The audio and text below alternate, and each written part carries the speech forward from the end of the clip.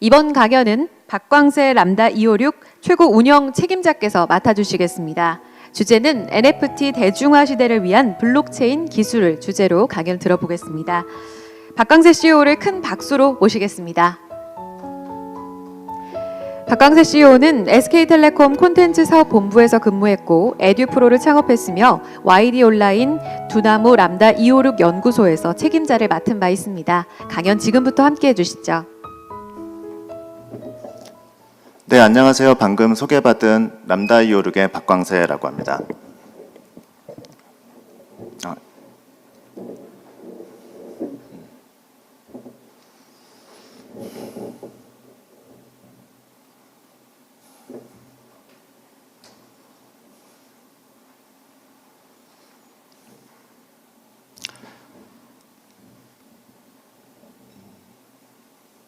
네, 오늘 제가 발표드릴 내용은 NFT 대중화 시대에 필요한 블록체인 메인넷 기술이라고 하는 제목으로 여러분들을 찾아뵙게 됐습니다. 먼저 간단하게 회사 소개를 좀 드리고 이어서 메타버스 그리고 NFT 기술에 대해서 차례대로 설명을 드리도록 하겠습니다. 먼저 람다 256에 대해서 먼저 잠깐 설명드리겠습니다. 아마 많은 분들이 이제 업비트라고 하는 그 대한민국 대표 디지털 자산 거래소는 잘 알고 계실 거라고 생각이 들고요. 그 업비트를 운영하고 있는 두나무 그룹에서 블록체인 기술을 담당하고 있는 람다 256은 사내 연구소로 설립이 되어서 현재까지 약 1,000억 이상의 자금 투자 유치하고 3,000여 이상의 글로벌 고객을 서브하고 있는 아시아 넘버원 바스 플랫폼으로 자리 잡고 있습니다. 이런 저희가 람다 256에서 3,000여 이상의 고객과 그다음에 수백만 이상의 크립토 유저를 그동안 저희가 서브하면서 느꼈던 메타버스 NFT에 대한 이야기를 오늘 좀 전해드리도록 하겠습니다.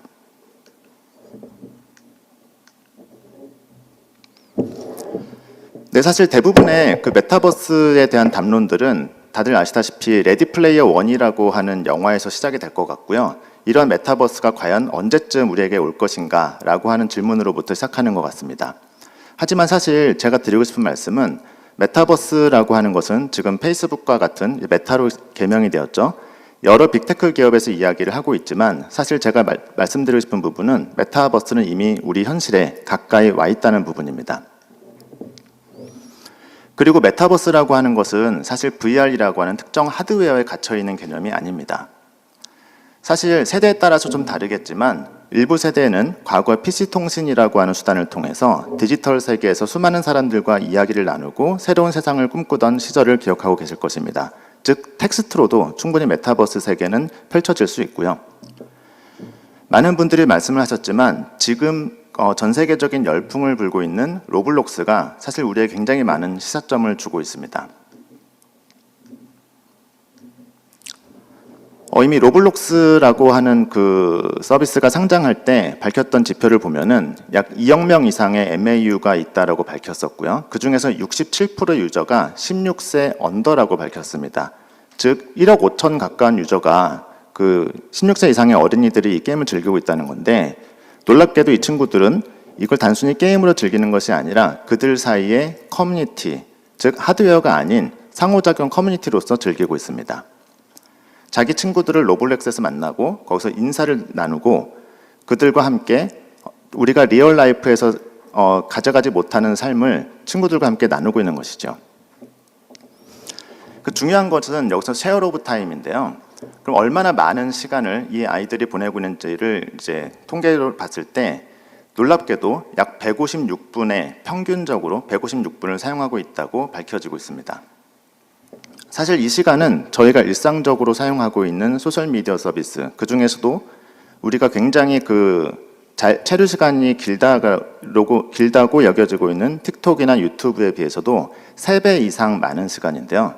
그만큼 많은 시간을 로블록스에서 보내고 있는 것입니다. 또 한 가지 주목해야 될 부분은 쉐어 오브 월렛, 즉 경제가 확장되는 부분입니다. 사실 한국에도 대한민국에서도 싸이월드라고 하는 어떻게 보면 원조 소셜미디어 서비스가 있었는데요. 기억해 보시면 이 시기에 애니팡이라고 하는 국민 게임이 이 네이트 앱스토어를 통해서 출시되기도 했었습니다. 이때 싸이월드가 연매출 1,000억의 그 볼륨을 그 가상자산인 그 도토리 매출을 통해서 벌어들이는 것이 화제가 되기도 했었는데요. 사실 이후에 썬데이 토즈는 단독으로 네이트 앱스토어가 아니라 앱스토어가 오픈되고 그 모바일 앱스토어를 통해서도 순간적으로 1,000억 이상의 매출을 이상을 내는 그런 서비스로 발전하였습니다. 성장하였습니다.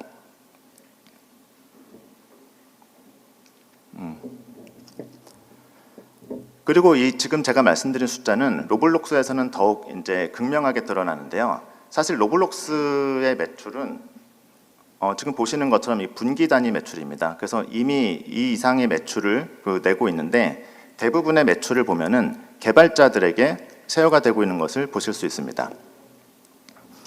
지금 보시면은 2020년도 한 해에 개발자들에게 그 쉐어된 매출이 약 수천억 원에 달하고 있고요. 즉 경제 구조가 일방적으로 만들어져서 공급되는 원사이드가 아니라 양사이드로 크리에이터들이 참여하는 구조로 설계되어 있다는 것을 아실 수 있습니다. 실제로 지금 보시는 것이 로블록스의 유저 그래프인데요. 2006년도에 플랫폼이 출시되고 나서 거의 트래픽이 없다가 2016년도부터 대표적인 크리에이터들의 게임들이 이제 성공을 거두면서 급성장하고 있는 모습을 보실 수가 있습니다. 이처럼 로블록스처럼 경제를 크리에이터들과 함께 만들어가고 분배하는 모델이 지금 메타버스를 특징 짓고 있는 가장 중요한 요소라고 볼 수 있겠습니다. 실제로 대한민국에서 대표적인 메타버스 서비스로 알려져 있는 그 제페토 같은 경우도 지금 보시는 것처럼 스튜디오 시스템을 공급하고 있고 이 스튜디오를 통해서 실제로 생계를 유지하는 전문 크리에이터들이 등장하고 있습니다. 결국은 제일 왼쪽에 보시는 것처럼 프로페셔널에 의해서 일방적으로 공급되는 콘텐츠가 아니라 점점 더 그 크리에이터들과 함께 개발하는 AI 기술을 도움받는 더 많은 경제 시스템으로 확장하게 되어 있고요. 이러한 경제 시스템이 어떤 기술을 통해서 그리고 어떤 세계관을 통해서 공급되는지가 사실 지금 가장 중요한 담론이라고 보실 수 있겠습니다.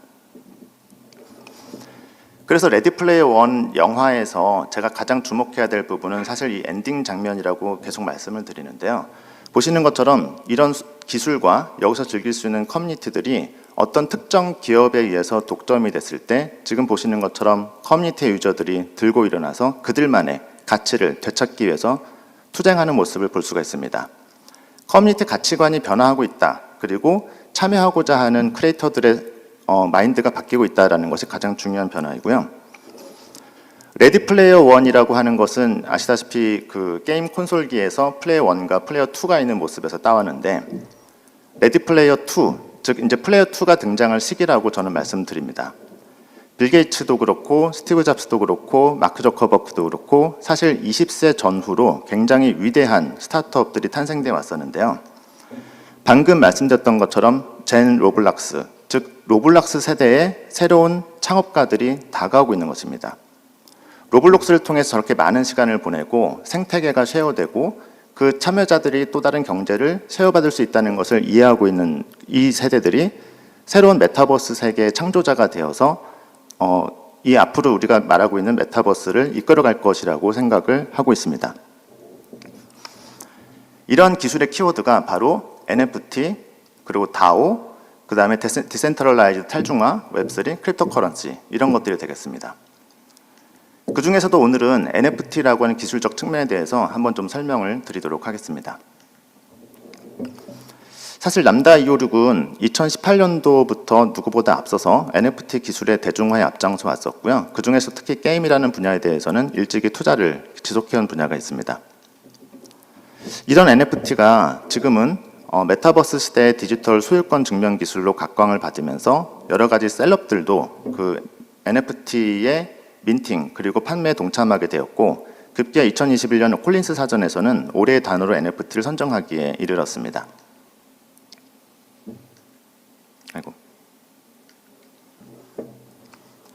그리고 이거는 이제 지난주에 등장했던 뉴스인데요. 그 메타에서도 NFT 디지털 콜렉터블을 판매할 수 있도록 시스템을 개발하고 있다는 뉴스가 나왔고 그 다음에 트위터에서는 여러분들이 보유하고 있는 NFT를 본인의 프로필로 바로 등록할 수 있는 기술을 선보이기도 했습니다. 즉 NFT라고 하는 기술이 특정인들만 사용하는 그런 기한 사람들의 기술이 아니라 누구나 사용할 수 있는 대중화된 기술로 퍼져가고 있는 것입니다.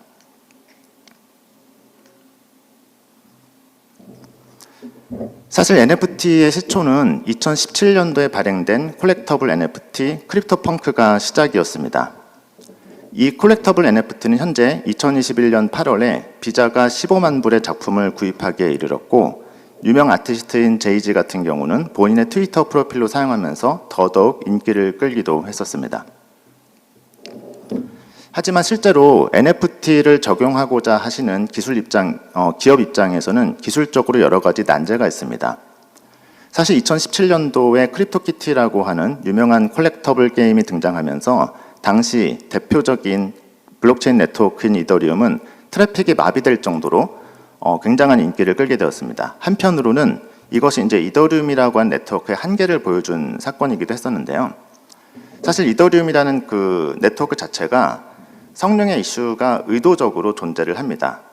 그러다 보니까 TPS, 즉 초당 트랜잭션이 약 15TPS에 미치지 못하고 블록 생성 시간도 길면 30초 이상 지연되는 그런 이슈가 지속적으로 반복되었고, 상용 서비스를 만들기에는 여러 가지 도전적인 요소가 있었던 것이 사실입니다. 그리고 사실 그 NFT를 직접 사용하신 분들은 아시겠지만 굉장히 사용하기가 어렵습니다. 실제로 약 100명의 유저가 나도 NFT를 한번 이용해 봐겠어 라고 하면은 그중에 99%가 이탈하는 현상을 확인하실 수가 있고요. 거기에는 메타마스크라고 하는 지갑, 그 다음에 암호화 기술, 그 다음에 암호화폐도 직접 구입하고 핸들링해야 되는 여러 가지 어려움이 따르게 됩니다.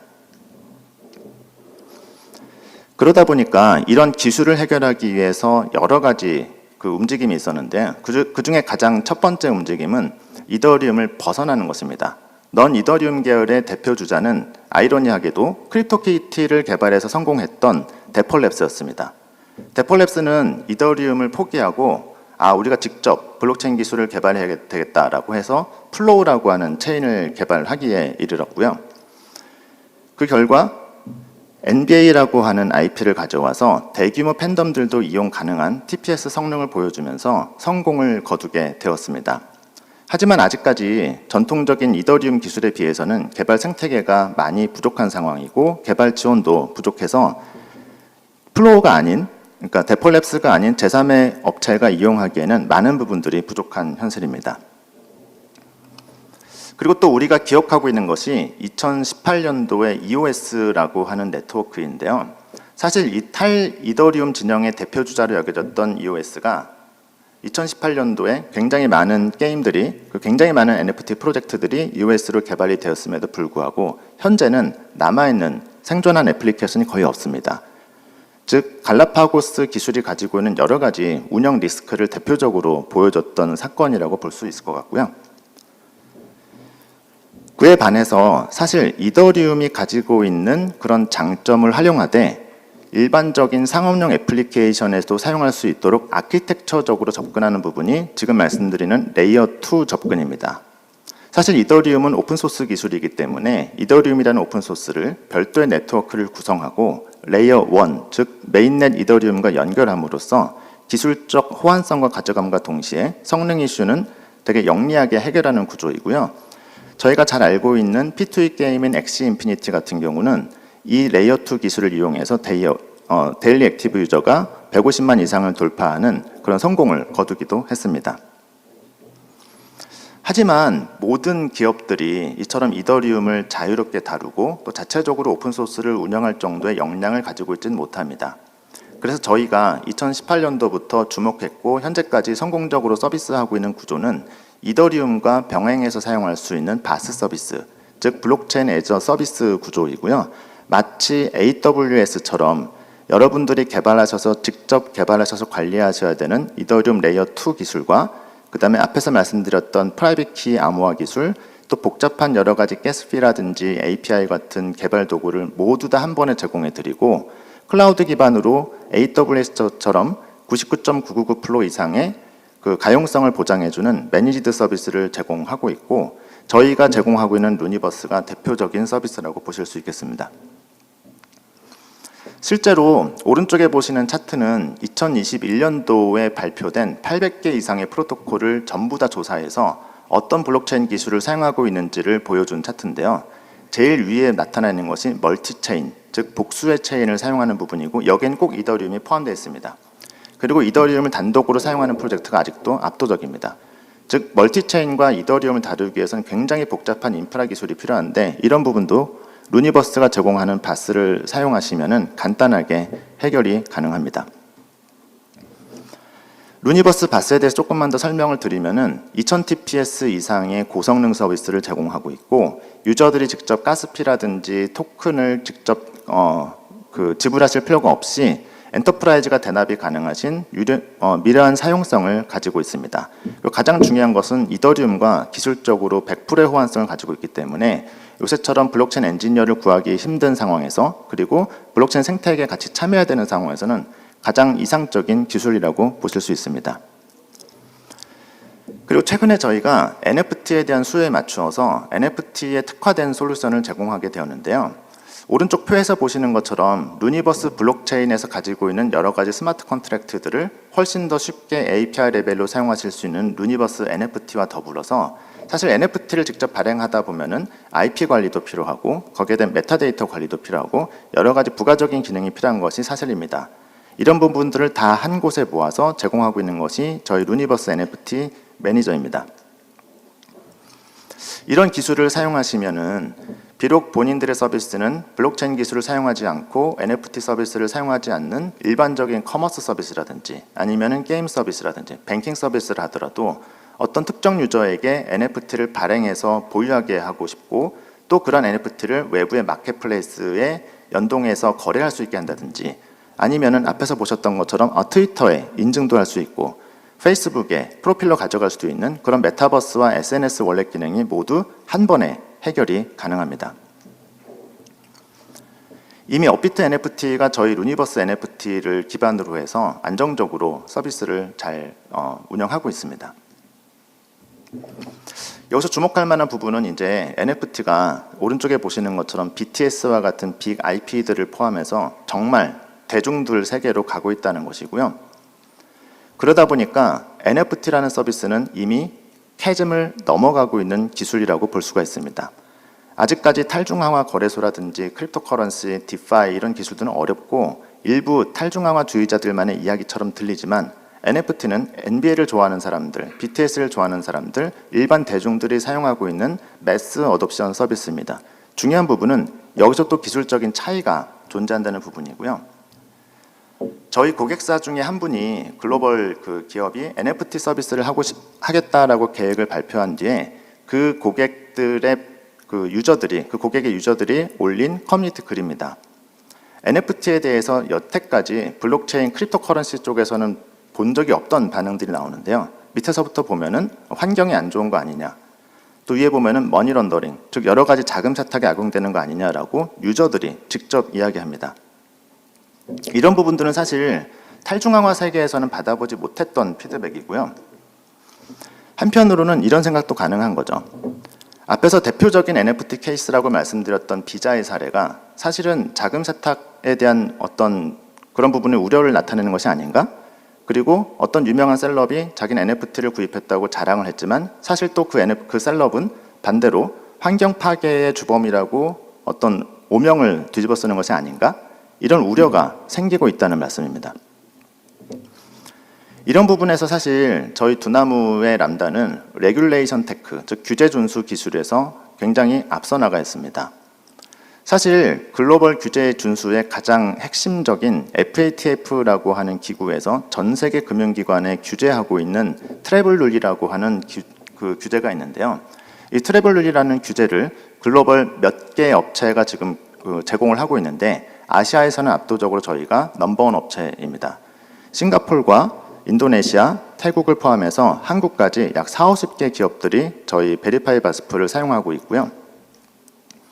이 외에도 여러 가지 블록체인 기술을 통해서 레귤레이션 준수를 프로토콜 레이어에서 보장을 해드리고 있습니다. 또한 환경 파괴라는 부분도 굉장히 중요한데 루니버스는 IOC 올림픽위원회로부터 인정받았을 정도로 그린 NFT 플랫폼으로 글로벌리 많이 알려져 있고 크립토 클라이밋 어콜드 같은 그런 기구를 통해서 대표적인 환경 그 카본 네거티브한 그런 NFT 플랫폼을 제공하기 위해서 노력하고 있습니다.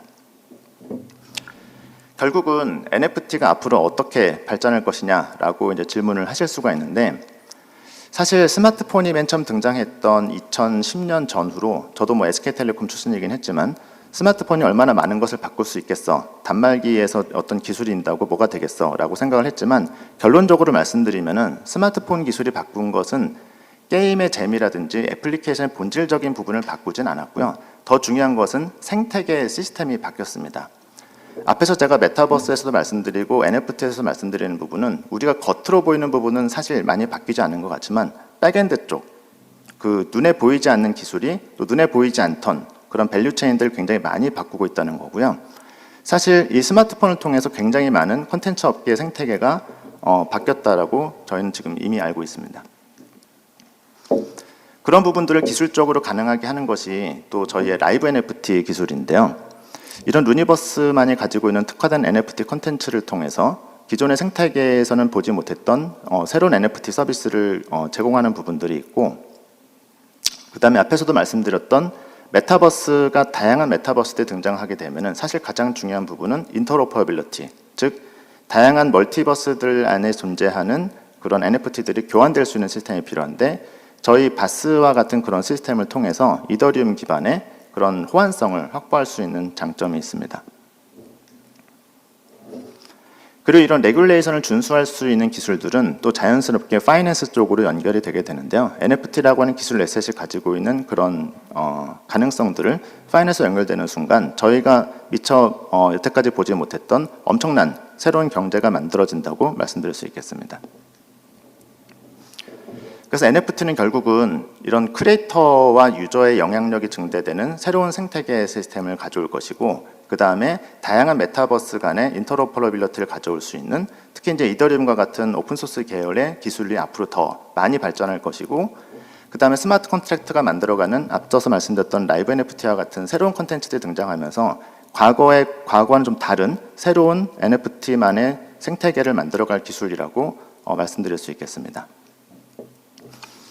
현재 람다 256에서는 그 사이펄리라고 하는 별도 NFT 브랜드를 통해서 다양한 콘텐츠 크리에이션뿐만 아니라 기술적인 부분에서도 지금 계속 그 파트너사들과 협업을 하고 있습니다. 그래서 루니버스라는 바스 브랜드에 이어서 저희가 만들어가고 있는 NFT 브랜드 사이펄리가 앞으로 공개 예정에 있고요. 계속 이런 NFT 생태계를 이끌어갈 수 있는 선도 글로벌 기업이 되기 위해서 노력하도록 하겠습니다. 네, 발표 여기까지 들어주셔서 감사합니다.